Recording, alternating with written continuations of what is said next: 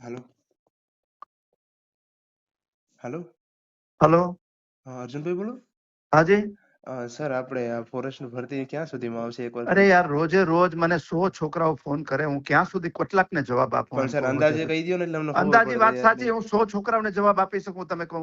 હા એ તો સવાર બરોબર સાંજ હે. થાય, સાંજ થાય તો 100 લોકો જવાબ મને મારી પાસે માગે. મારી ફોન ઉપાડવાની આદત હોય હા એટલે પછી એવું તો ના હોય કે ભાઈ તમે બધાને જવાબ આપી શકો. એલામાં હા પણ સર અમને ખબર પડે ને યાર આવવાની હોય ત્યારે બે. આવે યાર. ઓલાની અંદર તમે રોજે રોજ મને પૂછો, મગજ હા બગાડો મારો, સ્વભાવની વિરુદ્ધમાં મારે બોલવું પડે છે બધાને. હા પણ અંદાજે કહી દો ને સર. અંદાજે શું કહી દઉં? રોજે રોજ કહેવાનું મારે બધાને? પણ અમે તો કર્યો જ નથી ને.